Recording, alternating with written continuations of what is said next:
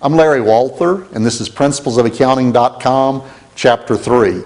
This chapter focuses on income measurement, and we'll begin our discussion in this module by considering the nature of transactions and events that trigger measurement within the accounting system. Let's begin by thinking about concepts of income. The economic concept of income is a sense of better offness or an increase in command over goods and services.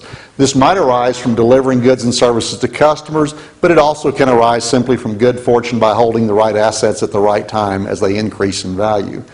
Accounting historically has taken a different view of income. It's tied to transactions and events. Those transaction events are usually recorded and measured based on the cost of the transaction.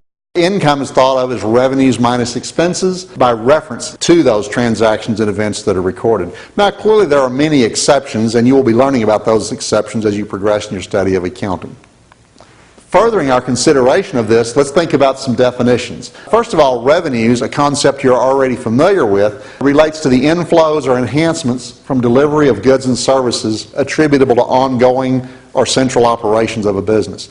Very similar to revenues are gains. They have a similar effect on the company. It's just that gains arise from peripheral or incidental transactions and events rather than our central ongoing operations. Expenses are simply the opposite. They're the outflows and obligations arising from the production of goods and services that constitute central ongoing operations. And like expenses, losses also cause outflows or give rise to obligations, but they also are attributable to peripheral or incidental transactions or events. So expenses and losses are similar, revenues and gains are similar. On balance, when we consider all of these, we see that income is the result of taking revenues minus expenses plus gains minus losses.